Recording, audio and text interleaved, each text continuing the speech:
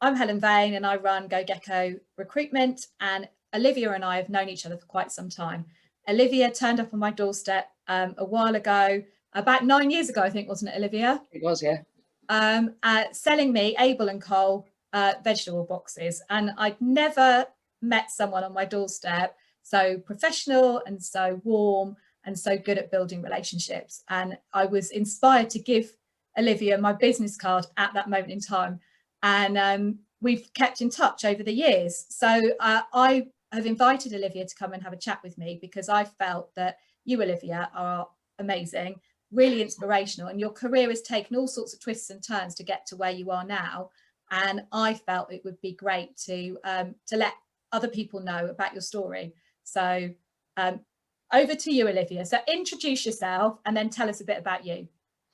So I am Olivia, and I pretty much for the last, since I've met Helen, have been doing a mixture of project management and business development. As Helen sort of said, you know, for me, it's all about building relationships. But that's good, because you are all about business development and building relationships with people, which is why I was so struck by you when you were on my doorstep, because I just thought that there aren't very many people that land at my house and I immediately buy on the door and then go, I can probably help you in the future. There's very few people, like, in fact, anyone. I don't think I've ever done that before or since. So yeah, so it's, you know, it says something about you as a person. So talk to me about, so I think what happened was you and I met, and then I put you in a temp role at Rayner. So because Rayner's a really good example of how you can grow your career from small beginnings to accumulating responsibility. So why don't you talk to me about what happened? So we put you in a temp reception role at Rayner, didn't we? Exactly, yeah. So I was on reception. I think that was also just a part-time role, but every day I'm speaking with the FD and the MD of the organisation, and they were undergoing an acquisition at the time. And simply through having conversations with, you know, the C-suite execs daily, they thought that I might be suitable to come and help them as a transaction support manager. So I received the biggest promotion ever, ever to be seen within the company, and went from reception to working with the C-suite execs as a transaction support manager, which sort of gave me my first real taste into sort of the commercial side of a business and that business development side of things. Once that acquisition was completed, I then moved into a project management role, which again was completely different to what I'd done within the organisation, what I'd done ever really. And they were moving from their sort of very old 70s purpose-built building into a brand new state-of-the-art, specifically new build for them, facility down in Worthing. So I was a project manager support for that. And then it was a matter of setting up the production line within the new facility, which again, a huge learning curve. It was my first introduction into any sort of project management. Yeah, that was that sort of gave me my basis for both business development, project management, and the commercial side of quite a big organization. So what would you say were the main challenges? Because you were literally catapulted into roles that you'd never done before at quite a high level during a critical time of the business. So what were the challenges for you? So, I mean, I wasn't that competent in Microsoft Office, so Excel, and I didn't have a clue what Microsoft Project was. So the software learning was quite a steep learning curve. And that took, you know, I'd just come home and just sit playing with it and just getting used to it and just familiarizing myself, and no formal training at all, just worked through that. Managing the people was quite difficult. There's sort of an interesting group of people within a medical device company. They some of those were particularly challenging. I was faced with when trying to understand the timeframes and budget of one element of the project.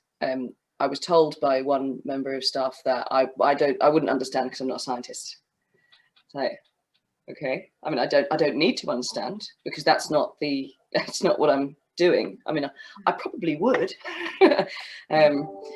but yeah, there were challenges there in both sort of software side of things and also working with people. And there were also some wonderful and brilliant inspirational people that I was working with too, which offset the challenges. So how did you overcome those things, bearing in mind that you're learning a job, but you're also almost learning a company and learning how that works as well, whilst delivering? So, I mean, it just took building relationships, just trying to understand what it is. You know, if I need a piece of information from somebody, I need to be able to ask them in a way that is going to make them want to give it to me.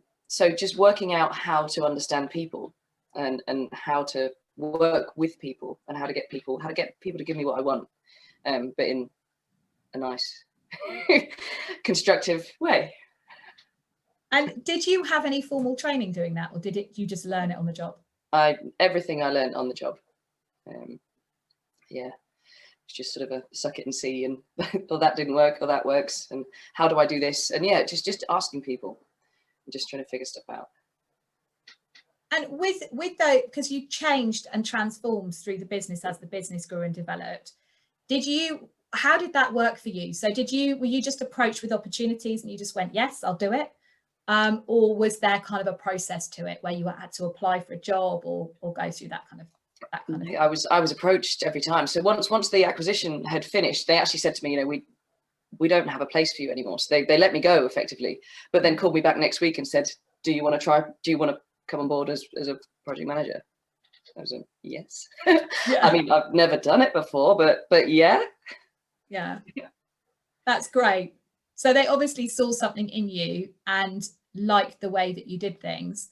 So almost they didn't create something for you, but when something came along that was appropriate, they were able to then fit you into that mold, so to speak. Yeah.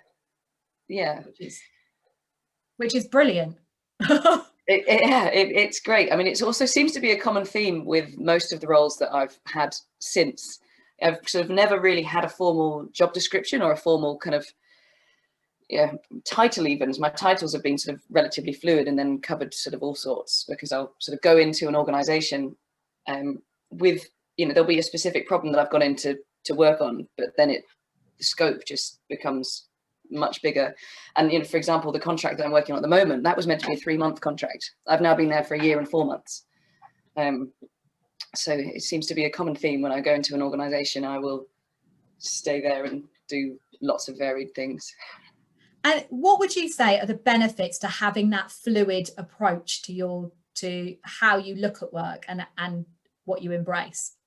Well, I mean, it gives me excellent working relationships, and I can have a call up any C-suite exec from any organization that I've worked in, and they'll give me a reference and tell you that I'm quite good to work with and get things done. But it gives me variety. It's great. It means that I'm not just pigeonholed into doing something specific. I'm not just seen as a project manager or just a salesperson or just as something. It's I'm kind of seen as competent in many areas, which is good. It's great for me.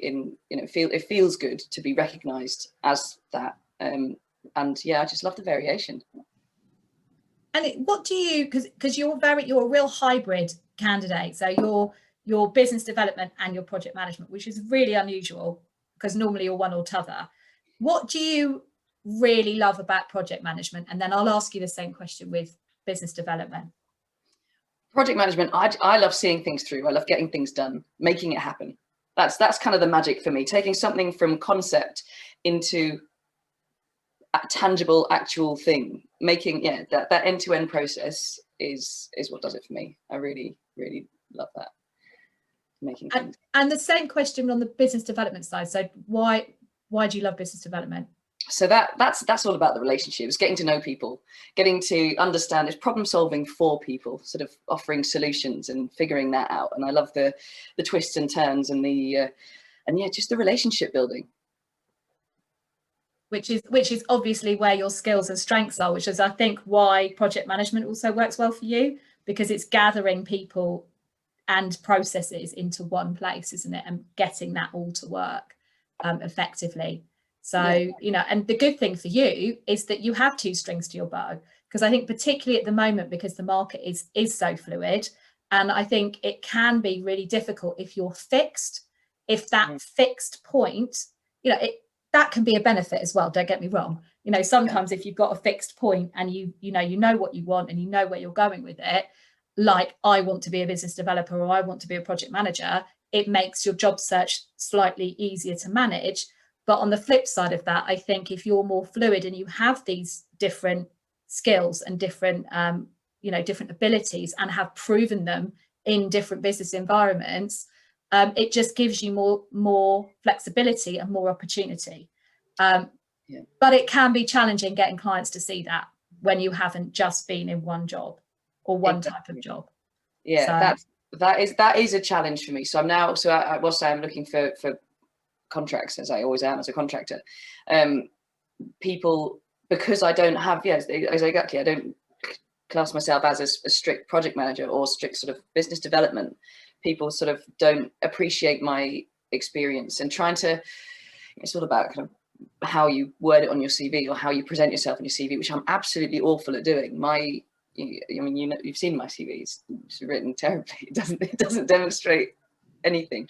What I just need to, if I can get in front of people and I can just have a chat with them and sort of understand exactly what it is that they need, what do you need from, whatever gap it is in the business that you're looking to fill, and am I appropriate for that? Could I do that? That's sort of, if we can just join up and have that chat, then we'll see, really, as opposed to me giving you my CV, which looks a mess. Which is why you're good at what you do, because you have that kind of aura of, even if you feel really anxious or like things are stressing you out, you're kind of like a swan on the surface. You just glide.